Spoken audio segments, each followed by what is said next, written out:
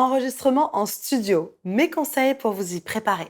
Bonjour tout le monde, je suis ravie de vous retrouver pour cette nouvelle vidéo. Bienvenue à toi si tu es nouveau par ici. Tu vas retrouver une quantité de vidéos sur des petits exercices, des routines, des exercices, enfin bref. Un joyeux contenu que je suis certaine que tu vas adorer, donc abonne-toi, actionne la cloche et rejoins la communauté. Aujourd'hui, le studio, comment bien se préparer pour aller en studio? Sacrée question. Alors moi j'en ai fait plein, des enregistrements studio. J'ai enregistré plusieurs albums, j'ai été choriste pour certains artistes. Donc l'enregistrement studio, c'est vraiment quelque chose qui me connaît, mais c'est important de pouvoir s'y préparer. Parce que moi, j'avais pas forcément de préparation au début et j'ai perdu énormément de temps. Et qui dit perte de temps en studio, dit perte d'argent. Donc ce que je veux faire avec cette vidéo, c'est vous préparer, vous donner tous les tips, les trucs et astuces pour que vous puissiez arriver ultra prêt au studio de manière à économiser du temps et donc du budget sur votre projet. Restez avec moi jusqu'à la fin de cette vidéo. Juste avant de démarrer, je me présente pour les personnes qui ne me connaissent pas encore. Je m'appelle Elena Hurstel et je suis votre coach vocal depuis 2013 pour faire de votre voix votre allié numéro 1. N'hésitez pas, rejoignez-moi également sur tous mes autres réseaux sociaux. Dans la description, il y a un petit cadeau qui vous attend. C'est l'idéal pour vous préparer et préparer votre technique vocale avant une séance en studio. Il y a juste à cliquer, c'est juste ici. Allez, c'est parti, on rentre dans le vif du sujet. Va me chercher de quoi noter, un papier, un stylo, parce que crois-moi, tu vas en avoir besoin. Enregistrement en studio, mes conseils pour vous y préparer. La première chose qui paraît un tout petit peu tomber sous le sens pour bien se préparer en studio, c'est de s'enregistrer à la maison. En fait, vous ne pouvez pas arriver en studio devant un micro alors que vous ne vous êtes jamais enregistré. Ça va être une catastrophe. Très important, vous vous préparez. Vous devez vous y préparer avant. Moi, ce que je vous conseille même, c'est d'avoir un home studio à la maison, de vous acheter un petit micro, de vous acheter une petite carte son. D'ailleurs, si vous ne savez pas quoi acheter, je vous mets en description mes recommandations. N'hésitez pas, il y a mon micro, ma carte son pour que vous puissiez vous aussi avoir le bon matériel. Mais vraiment, mes recommandations, c'est ça. Il faut que vous ayez le bon matériel. Et donc, commencez à vous enregistrer un peu à la maison. Pourquoi c'est important de le faire avant? Parce que vous allez pouvoir tester des choses. L'idée du studio, c'est qu'on va vraiment enregistrer la version finale. C'est comme si vous faites de la pâtisserie. Avant de le servir à vos invités, il va falloir faire quelques petits tests pour vérifier que tous les ingrédients fonctionnent bien. Là, c'est la même chose pour le studio. Dites-vous, le studio, quand vous y allez, c'est votre voix qui est enregistrée, qui est plaquée sur un CD. Donc forcément, il faut faire quelques petits essais, pourquoi pas même des maquettes avant, de manière à déjà, petit 1, avoir l'habitude d'enregistrer, avoir l'habitude de vous entendre et de chanter en même temps, ça c'est super, mais vraiment prendre l'habitude de ça pour pas que ça vous déstabilise complètement le jour J. Commencez à faire des essais, dans quelle couleur, dans quel mode, avec quelle interprétation, avec quel effet. Comment est-ce que vous allez construire votre chanson, de façon à ce que vous utilisiez vraiment le studio comme étant la version finale, mais que vous ayez déjà travailler et préparer des choses. Moi, je sais que j'ai l'habitude de préparer et de montrer à mon ingénieur du son. Dire, bah voilà, je vais faire ça, ou je vais faire ça. Du coup, ça lui permet lui aussi, je sais que c'est ce qui s'est passé quand j'ai enregistré mon album, de me mettre plusieurs micros et en fonction de ce que je chante, de changer de micro en cours de route. Je dis n'importe quoi, mais si vous avez une voix plutôt aérée, pour certains endroits de la chanson, il y aura un micro spécial pour ça. Une voix plutôt puissante, un certain micro, une voix avec un effet ou une saturation, un certain micro, etc. Ça permet aussi à l'ingénieur du son de savoir ce que vous allez faire, ce qu'il doit enregistrer, et donc de préparer le matériel en fonction. Donc vraiment, conseil, enregistrez-vous avant. Très important aussi, c'est pas la peine de maîtriser votre chanson en entier. Vous n'avez pas besoin de connaître votre chanson de A à Z. C'est pas un live.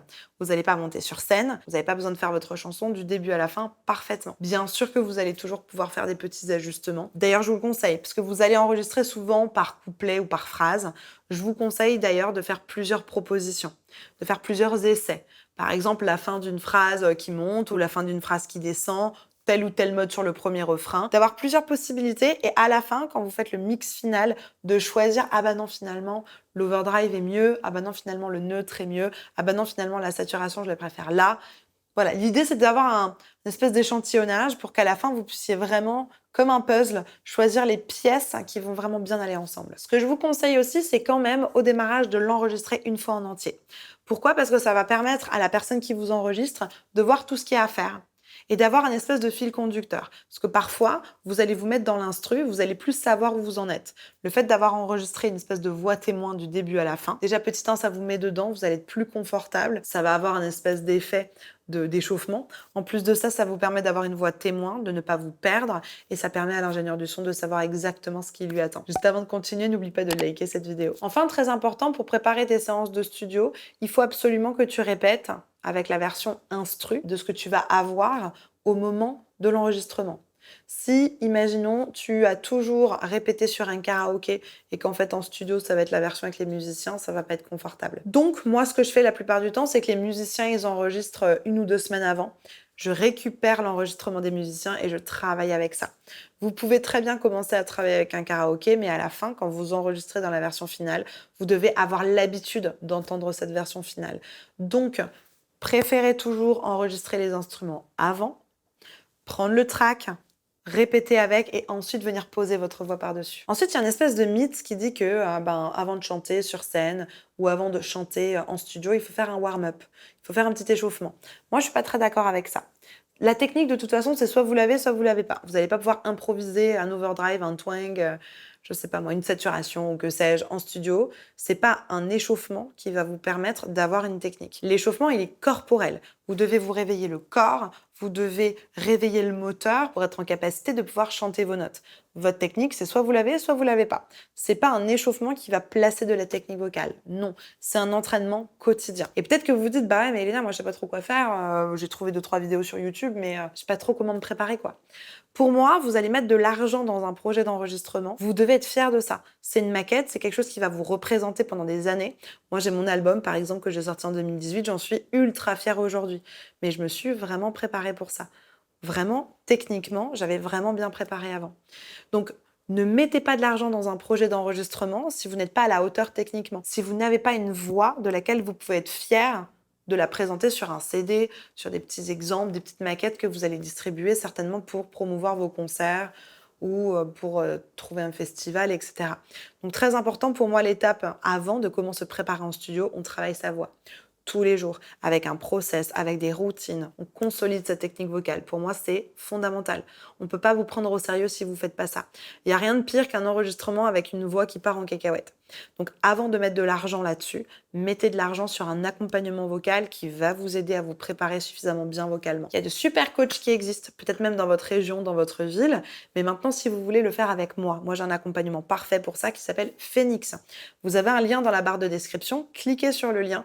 Vous allez répondre à quelques petites questions. Vous allez arriver sur une page avec une vidéo qui va vous expliquer ce que c'est Phoenix. Et ensuite, vous allez pouvoir réserver un appel avec une personne de mon équipe qui va vous écouter, vérifier que c'est bien Phoenix qui vous correspond. Toujours pareil pour résoudre votre problématique de manière efficace et durable, mais surtout pour vous préparer à votre séance d'enregistrement. J'ai déjà eu plein de personnes au téléphone qui me demandaient de l'aide pour 1 ou 2 petits coachings avant leur enregistrement studio. C'est pas suffisant. C'est de loin pas suffisant. Attention, c'est comme une photo. Une fois que vous avez fait un CD, vous pouvez plus revenir en arrière. Donc, ne mettez pas de l'argent sur un projet de CD si vous n'êtes pas suffisamment préparé vocalement. Et si vous voulez que je vous accompagne, rejoignez-nous dans Phoenix. Je vous mets les petits témoignages ici. La barre de commentaires est à votre disposition. Si vous avez encore des questions, des suggestions, des trucs et astuces, n'hésitez pas. J'ai hâte de vous lire et de vous répondre. Je vous mets ici mon matériel de home studio. J'avais fait une vidéo il y a quelques temps avec comment l'utiliser, mon matériel, etc. N'hésitez pas à regarder cette vidéo, c'est la suite du travail. En attendant de vous retrouver tout de suite ici, je vous souhaite une bonne journée, une bonne soirée. N'oubliez pas, likez, abonnez-vous, partagez cette vidéo à une personne qui pourra en avoir besoin. Mais comme d'hab, croyez en vous, tout est possible. Allez, à tout de suite, on se retrouve ici.